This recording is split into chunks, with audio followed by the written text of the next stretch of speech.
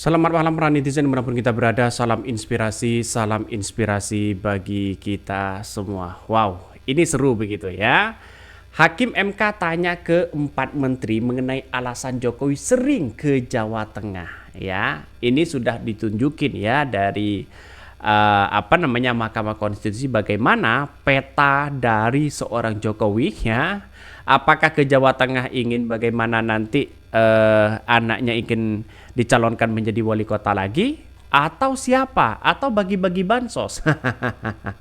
Ini banyak sekali drama-drama yang kemudian muncul selama ini begitu kan. Tapi dengan adanya seperti itu, maka ya wajar ya seorang presiden itu memberikan atau kesana kesini kemari begitu. Ini Bu Menteri, Pak Menko, ini ada salah satu tabel yang di kedua permohonan itu sebetulnya ada yang mencantumkan list perjalanan presiden. Ini karena dua permohonan ini lebih banyak bergeraknya ke presiden ini sebetulnya. Karena dalilnya bertumpu di sini. Jadi kami harus menanyakan, apa sih kira-kira yang jadi pertimbangan presiden memilih misalnya ke Jawa Tengah itu lebih banyak kunjungannya dibandingkan ke tempat lain. Ini yang berkaitan dengan kunjungan yang ada pendistribusian bansosnya. Nah, itu yang didalilkan oleh pemohon. Nah, kalau ini kami bisa dibantu menjelaskannya, itu akan lebih mudah kami apakah yang didalilkan pemohon itu bisa dibenarkan atau tidak. Nah, tolong kita dibantu ini oleh 4 menteri ini berkaitan dengan ini. Itu yang pertama. Masih berkaitan dengan peta ini, kira-kira ini alokasi dana yang dibawa untuk kunjungan-kunjungan presiden itu yang dari mana saja? Pak Menko dan Ibu Menteri, ini satu yang terkait langsung dengan permohonan yang diajukan oleh kedua pemohon. Yang kedua, ini kan sering dilakukan pertemuan ya, Pak Menko tadi bilang, Pak Menko PMK maupun Menko Perekonomian, sering dilakukan pertemuan. Dalam suasana pertemuan yang sudah berhimpitan dengan jadwal pemilu itu, ada enggak warning dari yang melakukan pertemuan ini, terutama warning yang berkaitan dengan sensitivitas suasana pemilu. Jadi misalnya ada yang mengingatkan, kita harus hati-hati juga, jangan kita menjalankan agenda yang sudah disusun dalam APBN, lalu diterjemahkan sebagai kegiatan politik.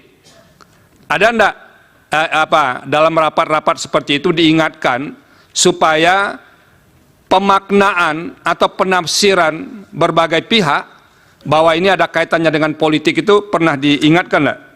Itu yang kedua.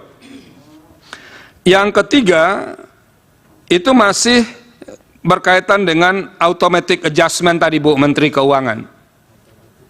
Ya, automatic adjustment atau terkait dengan pemokusan ulang mata anggaran itu. Seberapa sering sih sebetulnya dalam 5-6 tahun terakhir itu dilakukan di awal tahun? Nah itu, dilakukan di awal tahun. Biasanya kan kalau mau ada pengetatan di berbagai kementerian dan lembaga itu kan setelah tahun berjalan begitu. Nah ini dilakukan di awal tahun. Pernah nggak ada pengalaman-pengalaman sebelumnya yang di awal tahun itu sudah dilakukan, dan itu yang dikemukakan oleh kedua pemohon, yang dana 50 triliun lebih itu yang katanya jangan-jangan dana itu yang dimanfaatkan untuk menghadapi pemilu ini. Nah itu kedua pemohon clear menyampaikan seperti ini. Tolong kami dibantu untuk menjelaskan soal-soal yang begini. Yang keempat atau yang ketiga, Bu Menteri, ini Bu Menteri Sosial ini kalau dilihat postur anggaran perlindungan sosial 2024 itu kan ada belanja lain-lain yang jumlahnya ini kami gunakan kemarin dari, ini dari Pak Menko, ini ada 42,3 triliun. Jadi lalu diterangkan di bawah yang lain-lain itu ada, misalnya termasuk BLT mitigasi risiko pangan sebesar 11,3 triliun. Ini bagaimana menjelaskan korelasi angka 11,3 triliun itu dengan mitigasi BLT El Nino itu yang jumlahnya 7,5 triliun. Ini berhimpitan atau tidak ini Pak Menteri dan Bu Menteri yang disampaikan di data ini? Nah, ini yang tidak kalah pentingnya juga Pak Menteri dan Bu Menteri, karena bulan November itu akan diagendakan pemilihan kepala daerah serentak seluruh Indonesia. Karena nanti muaranya akan datang juga ke Mahkamah Konstitusi, terutama yang mendalilkan ini kepala daerah, apalagi yang masih aktif sekarang, itu menggunakan dana seperti yang didalilkan mirip-mirip seperti hari ini. Kira-kira mitigasi apa yang akan dilakukan oleh pemerintah pusat agar nanti problem yang diceritakan oleh kedua pemohon itu tidak berulang kembali diceritakan di mahkamah ketika ada sengketa pilkada nantinya. Nah, karena kita tahu pasti di daerah punya dana-dana yang bisa dialokasikan seperti yang diceritakan oleh Bapak-Bapak dan Ibu Menteri di awal tadi. Nah, itu kira-kira yang perlu dikemukakan, dan mudah-mudahan Pak Menteri dan Bu Menteri itu bisa menjelaskan beberapa poin dalam bonggol besar, jadi dalam lingkup besar terkait dengan bansos yang didalilkan oleh kedua pemohon ini. Terima kasih Pak Ketua. Baik, itu Bapak-Bapak dan Ibu-Ibu Menteri. Satu tambahan dari saya, ada data begini. Di tanggal 22 November 2023, ada permintaan dari dari Kepala Badan Pangan Nasional kepada Direktur Utama Perum Bulog untuk memberikan bantuan pangan beras kepada 22.4.077 kepada keluarga penerima manfaat PKM tadi. Ini yang tembusannya, surat itu ditujukan kepada Bapak-Bapak semua, Menteri Koordinator Perekonomian, Bidang Pembangunan Manusia dan Kebudayaan juga, dan Menteri Keuangan serta Menteri Sosial.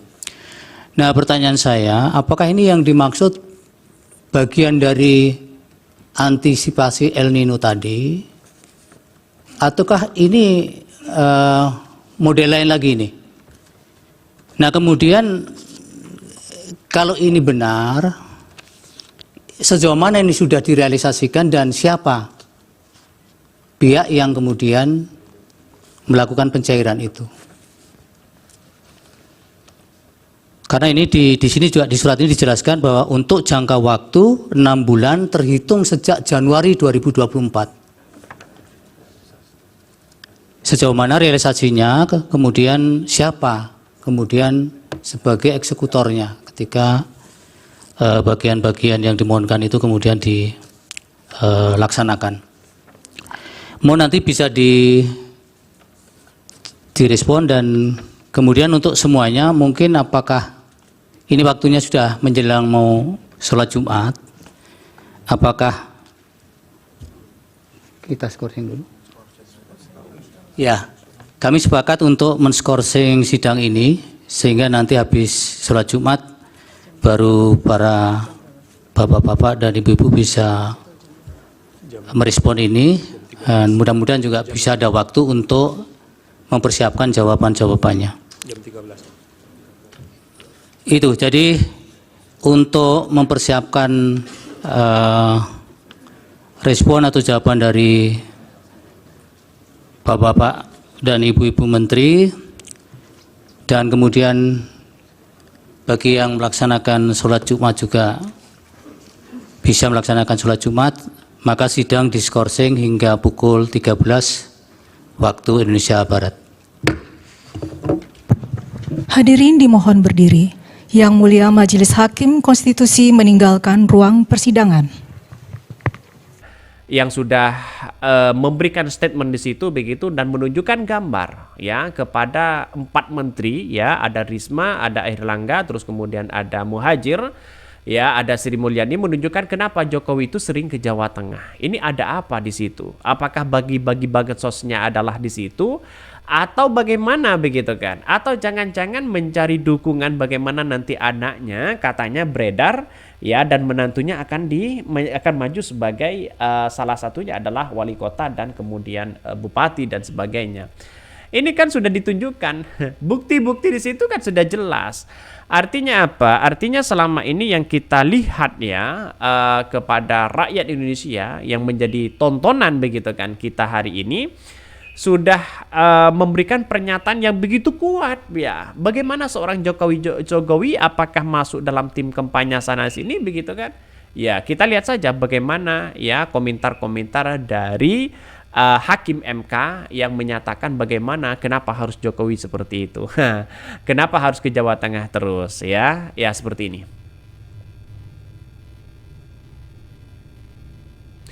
Itulah tadi dari pernyataan Hakim Mahkamah Konstitusi terkait dengan Jokowi yang kemudian sering ya ke Jawa Tengah dan sebagainya. Ada apa begitu? Mari kita baca ini. Hakim MK tanya ke 4 menteri mengenai alasan Jokowi sering ya ke Jawa Tengah. Ini Hakim Mahkamah Konstitusi Saldi Isra bertanya kepada 4 Menteri Kabinet Indonesia Maju terkait dengan pertimbangan yang dipakai dalam menentukan wilayah kunjungan kerja Presiden Joko Widodo. Secara khusus, Saldi juga mempertanyakan mengapa Jokowi lebih sering berkunjung ke Jawa Tengah dibandingkan provinsi lain. Iya, seharusnya provinsi lain itu kan datang juga di situ, didatangi juga begitu kan ya. Ya, kayaknya orang tertentu lah ya. Sandi menuturkan, pertanyaan ini penting karena permohonan yang diterima MK sama-sama mempersoalkan kunjungan kerja Jokowi berbagai daerah untuk membagi-bagikan bansos. Ya, bansos lagi ini dibahas di situ begitu ya. Ada 4 menteri yang dihadirkan dalam hal ini begitu kan seperti Muhajir dalam permohonannya Anies Baswedan Muhaimin Iskandar. Terus kemudian karena permohonan mereka maka 4 menteri itu datang begitu kan. Bahkan ada yang menanyakan kira-kira ini alokasi dananya yang dibawa untuk kunjungan-kunjungan presiden itu yang dari mana saja? Pak Menko dan Ibu Menteri, ini satu yang terkait langsung dengan permohonan yang diajukan 2 permohonan tersebut. Bahkan dalam permohonan ini begitu kan ya dalam apa yang disampaikan oleh MK ya sepatah kata pun begitu kan ketika melihat ini ya Ibu Menteri dan 4 dari 4 menteri di situ begitu kan mulai tercengang begitu kan. Ada apa ini sebenarnya kok semuanya terbongkar? Kira-kira seperti itu logikanya ya. Oke, mungkin itu yang kami sampaikan ya tonton terus channel Hodari Podcast Rakyat ini karena ada berita-berita menarik dan viral setiap harinya. Salam para netizen, salam inspirasi bagi kita semua. Jangan lupa di subscribe dan YouTube Hodari Podcast Rakyat ini.